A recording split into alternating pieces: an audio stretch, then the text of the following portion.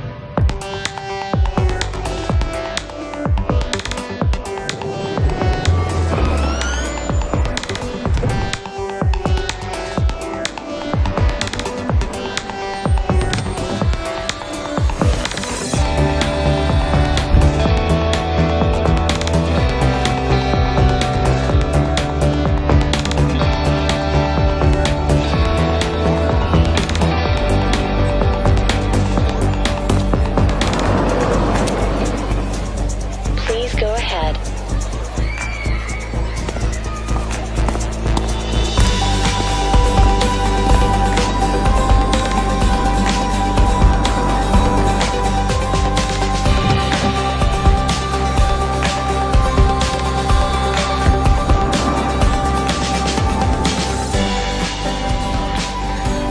Thank you.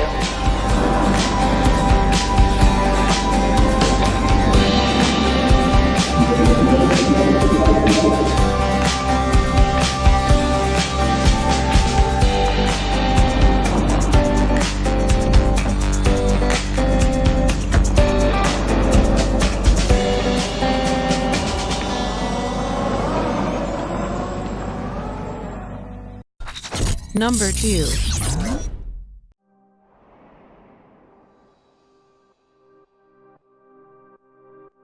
Volvo Cars user interface Sensus is ready to take the center stage in the groundbreaking Drive Me project that will put 100 self-driving Volvos on public roads around Gothenburg in 2017. The interface is designed to be intuitive and easy to use.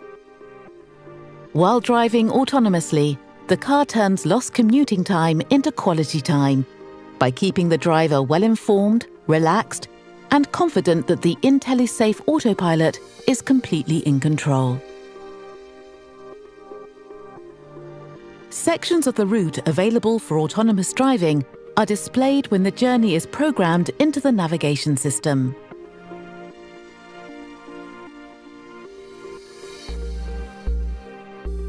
When entering the road approved for autonomous driving, the car signals that the autopilot is available. Lights on the steering wheel paddles start flashing.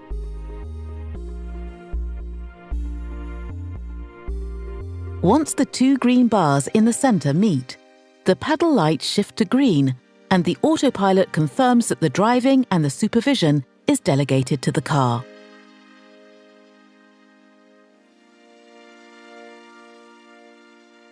The remaining driving time in autonomous mode is counted down in the center of the right dial, keeping you informed about how much free time you have left. Functions not available during active driving are now available to use. The autopilot monitors a complete 360-degree view of the surroundings and tells the driver about what's happening in the traffic environment, such as a smooth overtaking of a slower vehicle. When autonomous driving is no longer available, the driver is requested to take back the control and continue the journey. A countdown is displayed. If the driver, for any reason, doesn't use the pedals to regain control, the car will bring itself to a safe stop.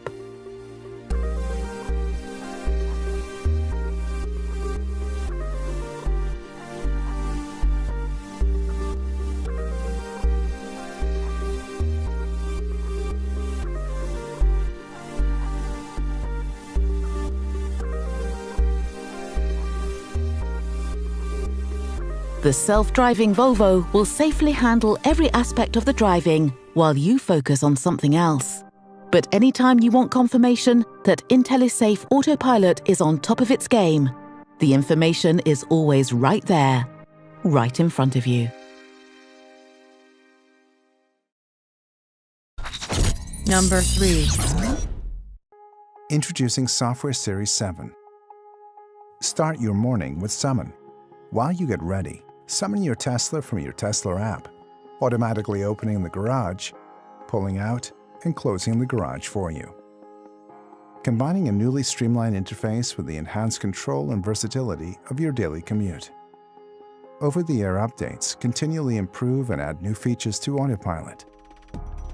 Autopilot removes the stress from your commute. Designed for highway use, Autopilot assists you with the routines of daily driving, whether you're cruising or crawling. To the left and right of the speedometer, find the icons for traffic-aware cruise control and auto steer. These appear as gray when available and blue when active. Use the cruise stalk to engage traffic-aware cruise control. Pull it toward you once to engage smart speed and twice to activate auto steer as well. Keeping your hands on the wheel, ease back as traffic-aware cruise control maintains your cruising speed, dynamically adjusting in response to other vehicles. Auto steer will keep to the curve of the road, sensing both the lane boundaries and the surrounding traffic. If you wish to change lanes, check for space and signal as usual. This triggers auto lane change, which will merge you safely into the desired lane. To disengage Autopilot, push the button on the outside of the cruise stalk, push the stalk forward, or press the brake. Auto steer can be deactivated without affecting traffic-aware cruise control by turning the wheel a few degrees. Please remember that these features are meant only for highway use. Keep your hands on the wheel at all times and stay alert. Auto Park completes the suite of Autopilot features. As you drive past an open spot, pull about one car length ahead and come to a complete stop. Model S will scan the space and display a P on your instrument cluster. Signal and shift to reverse. Press Start and Auto Park will initiate, guiding you perfectly into position.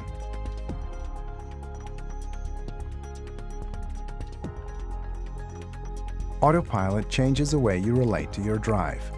It expands your awareness of Model S and its surroundings, enhances your ability to respond, and gives you more comfort and energy during and after your drive. Number 4.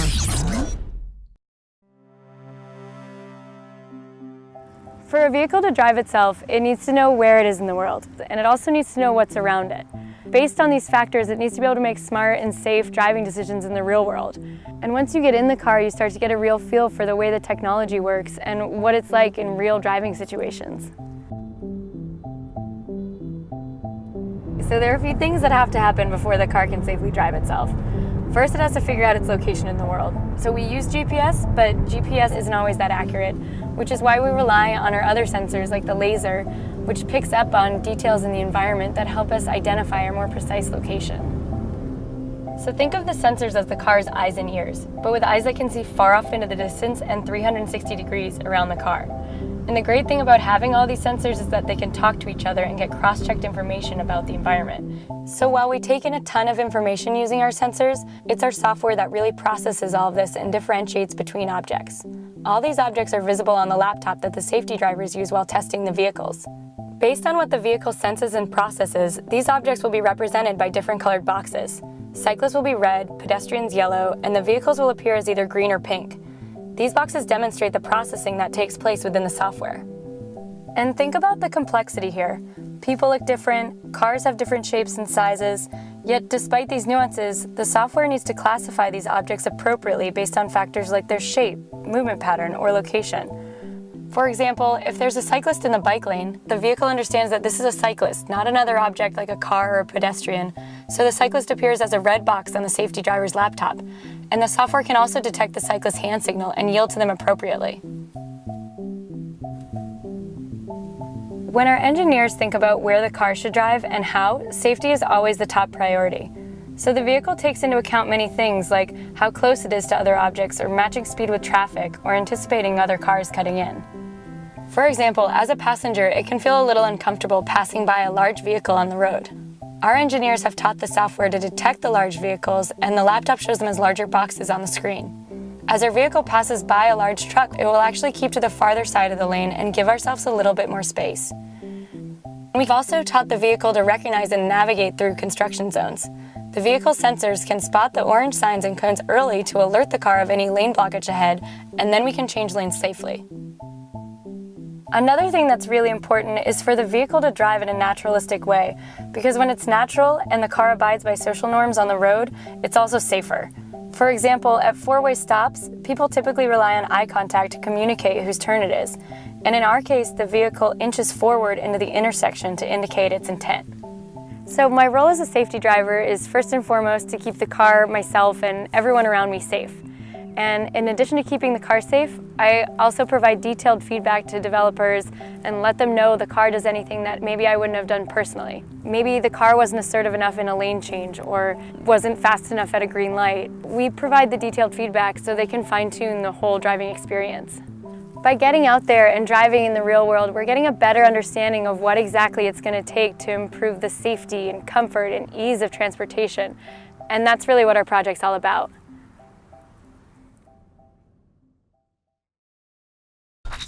Number 5.